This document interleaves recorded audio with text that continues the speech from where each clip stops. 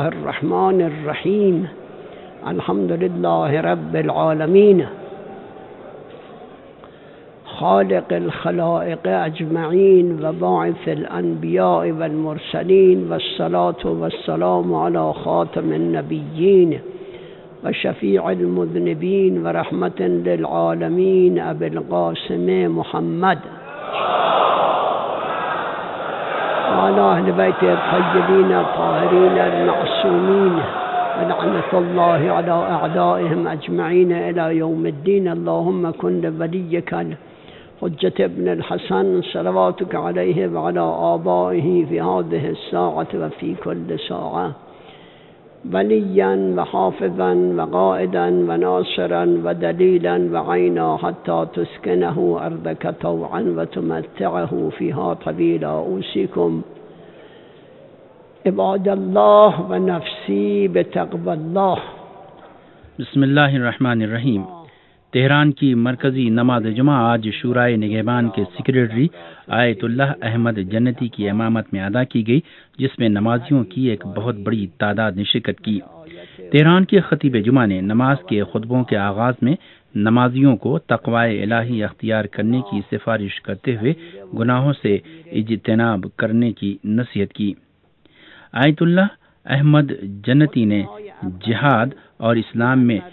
جنگ کے عنوان سے اپنی گفتگو جاری رکھتے ہوئے کہا کہ جس طرح سے قرآن میں جہاد اور جنگ کی باتیں ہیں، اس سے یہ بات ثابت ہو جاتی ہے کہ دین اور سیاست ایک دوسرے سے جدا نہیں. انہوں نے کہا کہ قرآن میں 100 سے زائد آیتوں میں جنگ کا ذکر ہے اور اسلام میں جنگ کے مسائل پر خاص انداز سے توجہ دی گئی ہے. تہران کے خطیب جمعہ آیت اللہ احمد جنتی نے کہا کہ اس کے باوجود کہ اللہ کبھی بھی نہیں چاہتا کہ انسانوں کے درمیان جنگ ہو، لیکن انسانی خصلت ایسی ہے کہ دنیا میں جنگ ناگزیر ہو جاتی ہے، کیونکہ انسان کی سرشت میں توسیع پسندی، حسد، حرص اور لالچ ہے، اس لیے اس کی وجہ سے جنگ ہوتی ہے. چنانچہ اول خلقت انسانیت میں ہی حسد کی وجہ سے جنگ ہوئی تھی. ایک بھائی نے ایک بھائی کا قتل حسد کی بنیاد پر کر دیا تھا. تہران کے خطیب جمعہ آیت اللہ احمد جنتی نے کہا کہ اسلام میں فتن و فساد کو روکنے کے لیے نصیحت اور تبلیغ کی روش بیان کی گئی ہے، اور پہلے مرحلے میں اسی روش پر زور دیا گیا ہے، یعنی اصلاح معاشرے کی روش بیان کی گئی ہے. لیکن انسانوں کی اکثریت تبلیغ اور نصیحت سے اپنی اصلاح نہیں کرتی. تہران کے خطیب جمعہ نے کہا کہ اس کے بعد امر بالمعروف اور نہی عن المنکر کا راستہ اپنائے جانے پر زور دیا گیا ہے. انہوں نے کہا کہ اگر یہ چیزیں اثر انداز نہ ہوں تو پھر اسلامی اور شرعی قوانین کے مطابق مفسدین کو سزا دیے جانے پر تاکید کی گئی ہے. تہران کے خطیب جمعہ نے کہا کہ چور کے لیے الگ سزا ہے، فساد کرنے والوں کے لیے الگ سزا معین کی گئی ہے، وغیرہ وغیرہ. آیت اللہ احمد جنتی نے کہا کہ یہ تو مسلمانوں کے لیے ہے، اگر غیر مسلموں کی طرف سے فساد اور جنگ کا طبل بجایا جائے تو ایسی صورت میں دفاع اور جنگ ناگزیر ہو جاتی ہے، اور اسی لیے قرآن میں جہاد کی سفارش کی گئی ہے، جس میں کہا گیا ہے کہ مظلوم کو اپنے دفاع کے لیے اٹھ کھڑے ہونا چاہیے، اور اسی طرح مظلوم کے دفاع کے لیے دوسروں کو بھی اٹھ کھڑے ہونا چاہیے. سورہ مبارک حج میں خداوند عالم اسی نقطے کی طرف اشارہ کرتے ہوئے فرماتا ہے. ایسی صورتحال میں اللہ مظلوموں کی حمایت کرنے والوں کی مدد کرتا ہے. تہران کے خطیب جمعہ آیت اللہ احمد جنتی نے کہا کہ ایک وقت وہ آتا ہے جب حق و باطل آمنے سامنے آ جاتے ہیں، ایسے میں ہم اللہ کی راہ میں مدد و نصرت کے لیے اٹھ کھڑے ہوتے ہیں. اس صورتحال میں جو لوگ اللہ کی مدد و نصرت کرتے ہیں، اللہ بھی ان کی مدد کرتا ہے. ارشاد خداوندی ہے، ان تنصر اللہ ینصرکم، اگر تم اللہ کی مدد کرو گے تو وہ تمہاری مدد کرے گا. تہران کے خطیب جمعہ نے کہا کہ ایسے میں جب دشمنان خدا کو شکست دے دی جا چکی ہو اور اللہ کی تعلیمات کے آئینے میں حکومت قائم ہو چکی ہو تو اس کے بعد ہماری ذمہ داری کیا بنتی ہے، اس پر غور کرنے کی ضرورت ہے. آیت اللہ احمد جنتی نے کہا کہ آیتوں اور احادیث میں ملتا ہے کہ جب اس طرح کی حکومت یعنی اسلامی تعلیمات اور الہی احکامات کی روشنی میں قائم ہو جائے تو پھر اس میں نماز قائم کی جانے کی ضرورت ہے، اللہ کی عبادت کی جائے اور دیگر بے شمار نیک کام انجام دیے جائیں جن میں ایتائے زکوٰۃ وغیرہ سب شامل ہیں. تہران کے خطیب جمعہ نے کہا کہ اب جب کہ اسلامی حکومت قائم ہو گئی تو معاشرے میں بھی کچھ تعداد میں ایسے لوگ ہوتے ہیں جو مفسد ہوتے ہیں، تو ان کے لیے کیا کرنا چاہیے؟ اس سلسلے میں قرآن میں ارشاد ہوتا ہے کہ ان کو پہلے نصیحت اور امر بالمعروف کرنا چاہیے۔ تہران کے خطیب جمعہ آیت اللہ احمد جنتی نے کہا کہ قرآن میں ارشاد ہوتا ہے کہ اگر اللہ ظالموں کے خلاف کچھ لوگوں کو نہ اٹھائے تو یہ دنیا تباہ ہو جائے گی۔ تہران کے خطیب جمعہ آیت اللہ احمد جنتی نے نماز کے دوسرے خطبے میں عید نوروز کی آمد کی مناسبت سے سب کو مبارکباد پیش کی اور دعا کی کہ نیا شمسی سال سب کے لیے باعث خیر و برکت ہو۔ آیت اللہ جنتی نے اسی طرح فرزند رسول حضرت امام حسن عسکری علیہ الصلوۃ والسلام کے یوم ولادت باسعادت کی بھی مبارکباد پیش کی اور ساتھ ہی گزشتہ دنوں حضرت فاطمہ معصومہ قم سلام اللہ علیہا کے یوم وفات پر تمام مسلمانوں کو تعزیت پیش کی۔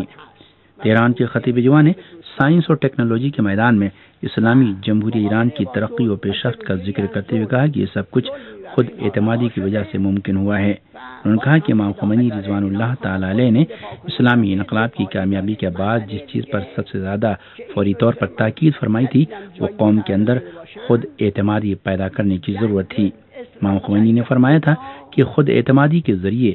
بڑے سے بڑا کام انجام دیا جا سکتا ہے، اور آج ایران کے جوانوں نے اپنے قائد کی سفارش پر عمل کرتے ہوئے مختلف میدانوں میں ایران کو ترقی و پیش رفت کی چوٹیوں کی طرف گامزن کیا ہے۔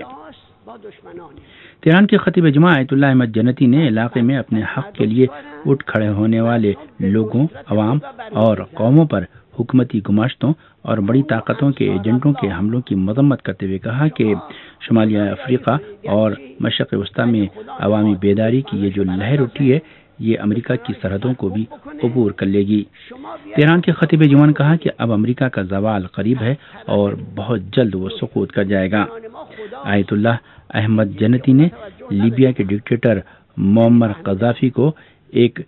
دیوانہ حکمراں قرار دیتے ہوئے اس کے ظالمانہ اقدامات اور اپنے ہی شہریوں پر زمینی، فضائی اور سمندری حملوں کا حوالہ دیتے ہوئے کہا کہ یہ انتہائی ظالمانہ اور وحشیانہ اقدامات ہیں۔ اس طرح کے حملے تو دشمن ملک دوسرے ملک کے عوام پر کرتے ہیں۔ تہران کے خطیب جمعہ نے کہا کہ قذافی نے جس طرح اپنے ہی عوام پر ظلم کیے ہیں اور ظلم کر رہا ہے اس کی مثال غزہ میں صہیونی حکومت کے وحشیانہ حملوں سے دی جا سکتی ہے۔ انہوں نے کہا کہ مگر لیبیا کے عوام کو بہرحال اپنے ہدف اور مقصد میں کامیابی حاصل ہوگی۔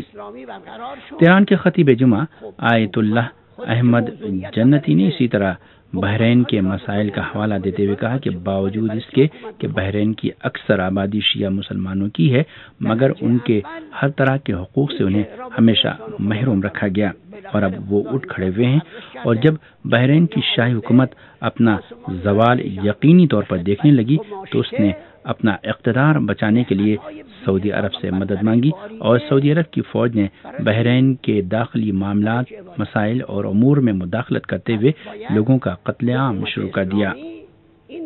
تہران کے خطیب جمعہ آیت اللہ احمد جنتی نے بحرین میں سعودی عرب کی فوجی مداخلت اور سعودی فوج کی بربریت کی مذمت کرتے ہوئے کہا کہ یہ ہر طرح کے بین الاقوامی قوانین کی مخالفت ہے۔ انہوں نے کہا کہ عالمی قوانین میں کسی بھی ملک کو اس بات کی اجازت نہیں دی گئی ہے کہ وہ کسی آزاد اور خود مختار ملک میں اپنی فوج اتارے اور وہاں کے نہتوں اور بے گناہ شہریوں کا قتل عام کرے۔ انہوں نے کہا کہ بحرین کے مسلمانوں پر ظلم کا یہ پہاڑ اس لیے توڑا جا رہا ہے کہ بحرین کے مسلمان شیعہ ہیں۔ تہران کے خطیب جمعہ نے کہا کہ اس پوری صورتحال میں امریکہ کا ہاتھ ہے اور یہ سب کچھ امریکہ کی ایما پر ہی کیا جا رہا ہے۔ انہوں نے امریکہ کی مکارانہ ماہیت کا ذکر کرتے ہوئے کہا کہ بحرین میں جاری قتل عام پر امریکی صدر باراک اوباما صرف یہ کہتے ہیں کہ سب کو بردباری اور صبر سے کام لینا چاہیے۔